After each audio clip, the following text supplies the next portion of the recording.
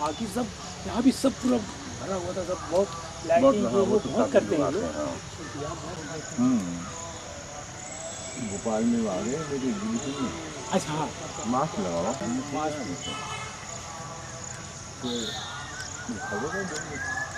क्या आप देखिए, फिर थोड़ी देर बाद में जब अंदर गया तो फिर आए, बोले आप बहुत अच्छा हमारे एग्जीबिशन में आए थे। अच्छा सर जी। एक समय और हमारे प्रोग्रामों में नंबर 1 प्रोग्राम आज तक वो नंबर 1 है, जिसमें आप भी नहीं थे और संजीव भी नहीं थे। कोई इतना खूबसूरत लोकेशन और बना भी शानदार है। शानदार लकड़ी का है। कहाँ पर? क्या क्या बोलते हैं उसको?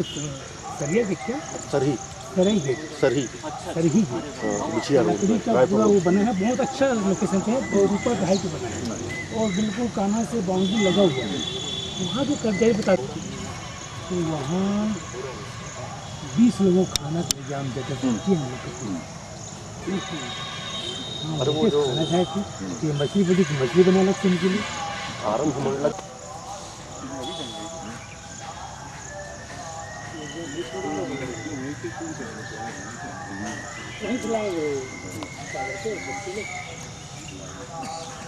हाँ दीपमणि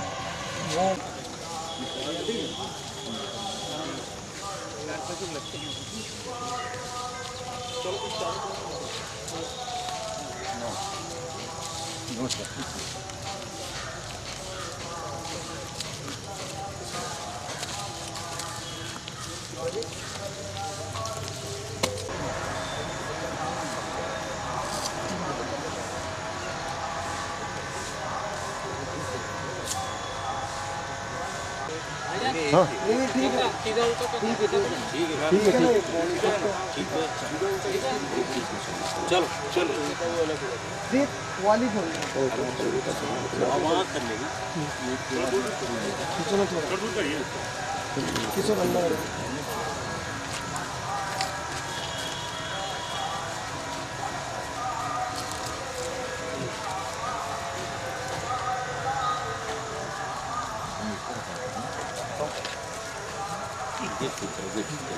पहले उधर चलेंगे ना,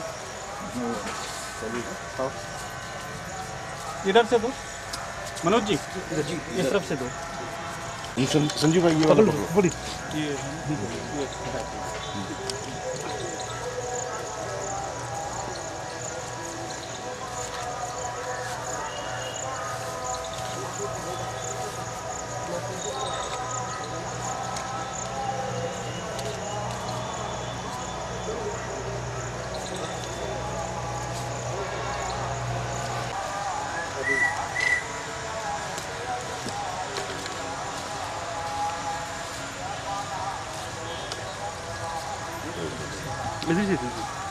Yes.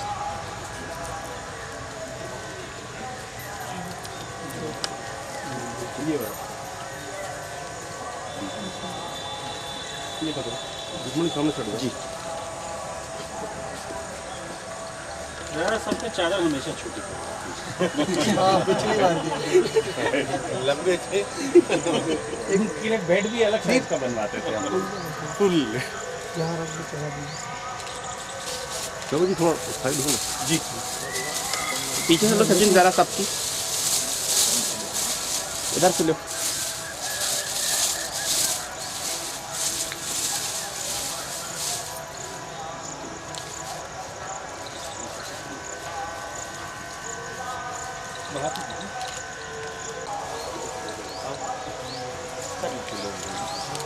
ये वाला वो सामने सामने सामने हाँ हाँ सामने से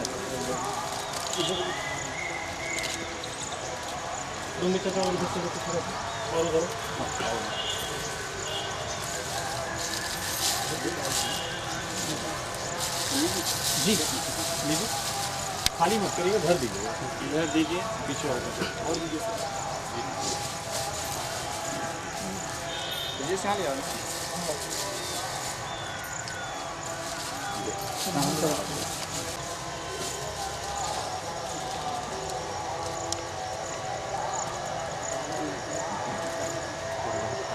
जी जी हाँ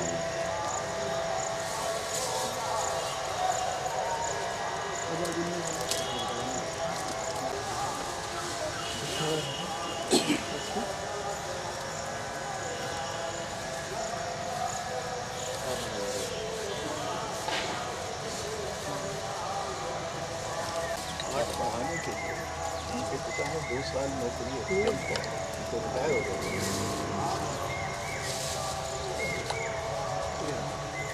अपनी हर चीज परफेक्ट रखी है। रात भर पानी हुआ है, 8 बजे में पानी बंद हो गया। पहुंच जाओ सर। धूप देखिए कितनी प्यारी होने लगी। कल प्रोग्राम में भी तो इनकी उपस्थिति हर जगह अपने आप दिखने लगती है। ये अपना माहौल खुद बना लेते हैं। पहली बार जब हम लोग मंडला आ रहे थे जबलपुर से, तो वह साहब ने कह रखा था कि उसको जब खड़ा मंडला करवा दो। आदमी यूँ अपने माथे से वो जमीन को छूआ क्या बात और थोड़ी सी धूल ऐसे लगा था ये मेरी जन्मभूमि है। और यही उन्होंने किया था। आप तो गए नहीं, आप जयपुर हम लोग वहाँ से लौट रहे थे छत्तीसगढ़, रायपुर में वो अवार्ड लेने गए थे और डीलिट की डिग्री वहाँ से मिली। और जब लौटने लगे ना तो कहते ही तो मध्य प्रदेश ही है, कहते छत्तीसगढ़ थोड़ी है। और ठीक एयरपोर्ट से पहले कहते गाड़ी साइड में लगाओ, एकदम पूरा घुटनों के बल। बड़ी मुश्किल से हम लोगों ने दोनों तरफ से पकड़ के बैठाया। उस टाइम तो खड़े नहीं होते थे, तो एकदम बैठे और फिर वो हुए अपना। और उसके बाद फिर लास्ट वही उन्होंने टच किया था। उसके बाद तो फिर इस तरफ आना ही नहीं। आप लोग एक बार सब साथ में आ जाइए ताकि ग्रुप हो जाए।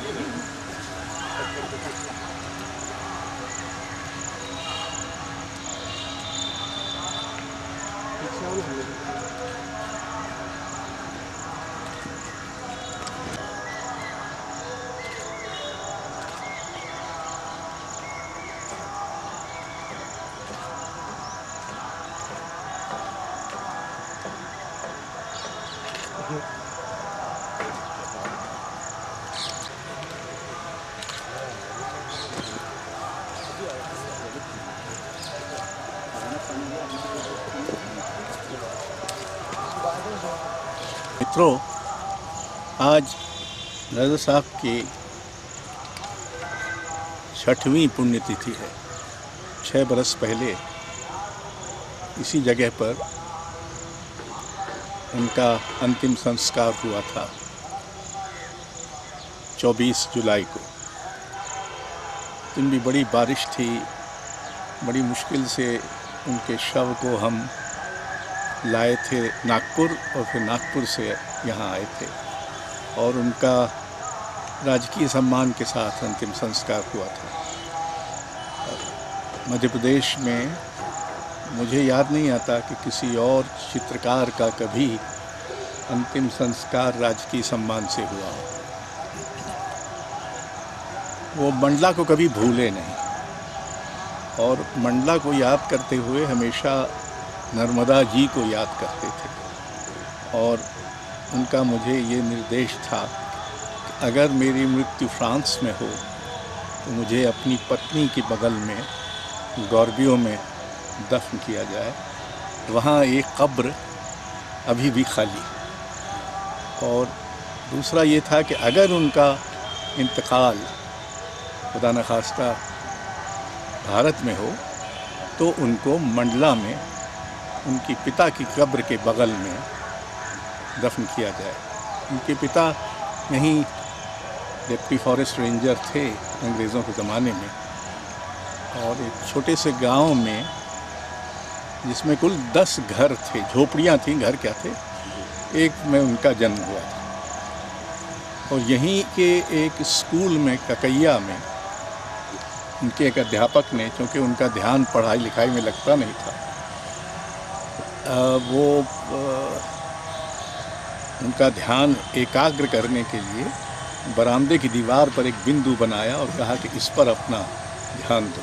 ये बिंदु उनके दिमाग में बना रहा। उनको अपने प्राइमरी और मिडिल और हाई स्कूल के अध्यापकों के नाम याद थे और लगभग रोज़ वो लेते थे जब मैं उनके साथ होता था, तो मुझे भी उनके नाम याद हो गए। हालांकि मुझे अपने अध्यापकों के नाम याद नहीं है, लेकिन उनके अध्यापकों के नंदलाल झरिया और बेनी प्रसाद स्थापक और उन सब की तस्वीरें उनके स्टूडियो में आज भी रखी हैं, उनके अंतिम स्टूडियो में। पेरिस के सारे स्टूडियोज़ में उनके अध्यापकों की तस्वीरें थी। तो वो बहुत कृतज्ञ व्यक्ति थे, उन्होंने बहुत कठिन संघर्ष किया था और जब उनके पास पैसा आना शुरू हुआ उनको ये चिंता सताने लगी कि मुझे कुछ युवा कलाकारों के लिए करना चाहिए। तो आज से 20 बरस पहले, 21 बरस होने आए अब तो, रज़ा फाउंडेशन की स्थापना। मैं उसके आरंभिक न्यासियों में से एक था। बाद में जब रज़ा साहब दिल्ली आए, वो अकेले रह गए थे।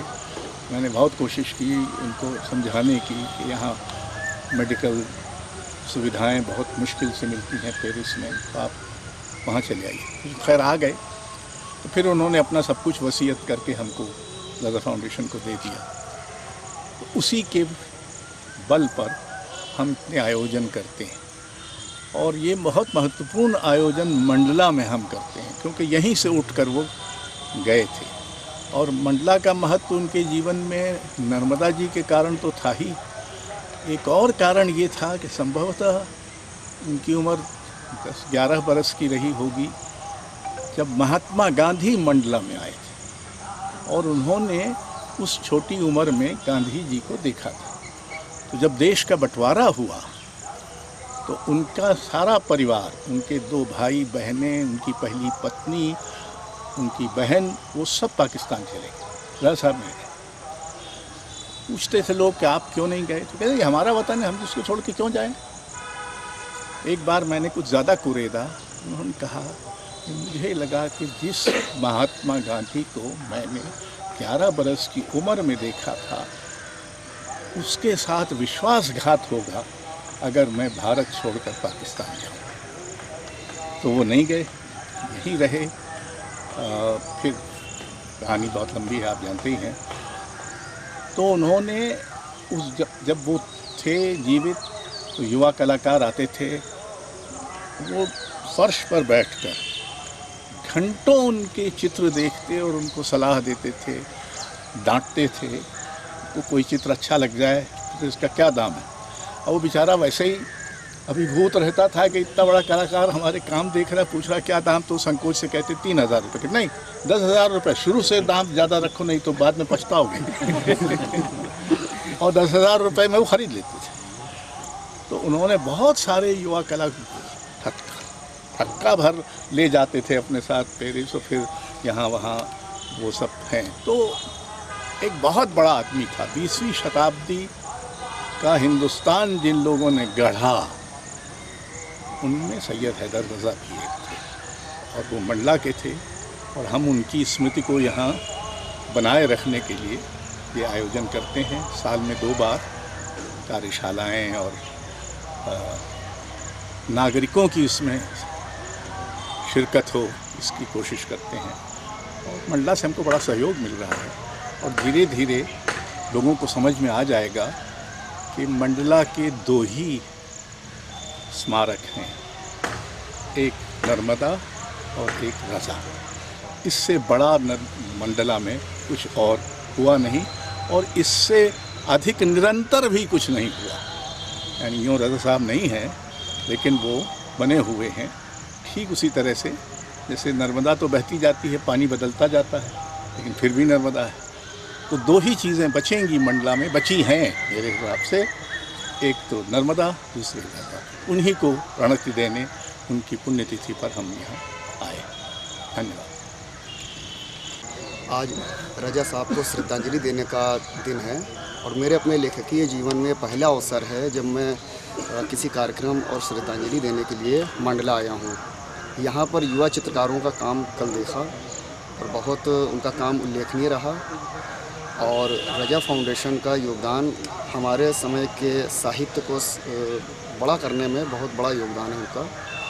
और हिंदी साहित्य के युवाओं को तैयार करने में ये फाउंडेशन उल्लेखनीय कार्य कर रहा है। आज उनको श्रद्धांजलि देने का दिन है, हम सब उनको नमन अर्पित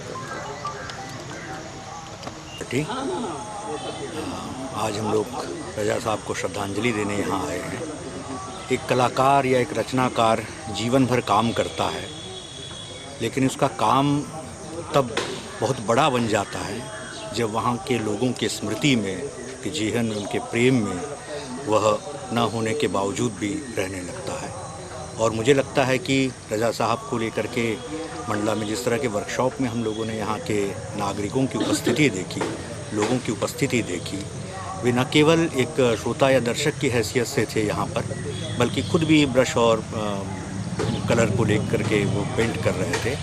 तो इस तरह की उपस्थिति से मुझे लगता है कि रजा साहब सशरीर हमारे बीच में नहीं है, लेकिन उन रंगों से, उन ब्रश से और वो कैनवास से और जिस मिट्टी पर, वो घड़े पर वो काम कर रहे थे, जिस छत्ते पर काम कर रहे थे, उस कलर में रजा साहब ज़रूर मुस्कुराते होंगे।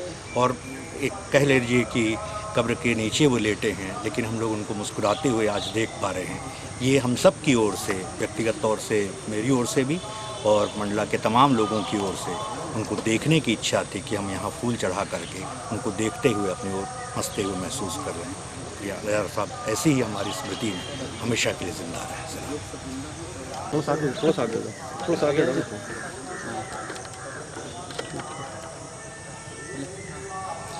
मैं अनुज लुगुन, मैं मूलतः झारखंड से हूँ और कविताएं लिखता हूँ। रजा साहब को श्रद्धांजलि देने के लिए यहाँ मैं भी उपस्थित हुआ और यह मेरे लिए बहुत ही सौभाग्य की बात है कि मैं रजा साहब को श्रद्धांजलि देने आया हूँ। उनका होना हम सबके लिए, ख़ासतौर से जो युवा कवि, कलाकार, रचनाकार हैं, सबके लिए प्रेरक बात है। उनका व्यक्तित्व और उनका कृतित्व जो रहा है, जो हमें आकर्षित करता है, हम उनसे जुड़ते हैं तो केवल शब्द तक नहीं रहते, बल्कि शब्द से रंग तक की यात्राएं करते हैं और इस तरह से कलाओं का एक संगम बनता है। रजा फाउंडेशन के द्वारा इस आयोजित कार्यक्रम में उसी संगम को मैं यहाँ देख रहा हूँ और इस अवसर के लिए मैं रजा फाउंडेशन का आभारी हूँ। धन्यवाद। क्या प्रोग्राम है वहाँ पर? सर टाइम लगा थोड़ा सा, कितने बजे सर? सर आज रजा साहब की 6वीं पुण्यतिथि पर यहाँ पुष्पांजलि देने आप पहुँचे हैं। कल रजा स्मृति में आपकी दोनों बेटियों ने भी परफॉर्मेंस दी, कैसे श्रद्धांजलि देते हैं इस महान व्यक्ति? जी सर, सबसे पहली बात तो ये है सर कि रजा साहब को मैं प्रणाम करता हूँ कि उनके पुण्य तिथि में मुझे यहाँ पर इस माटी को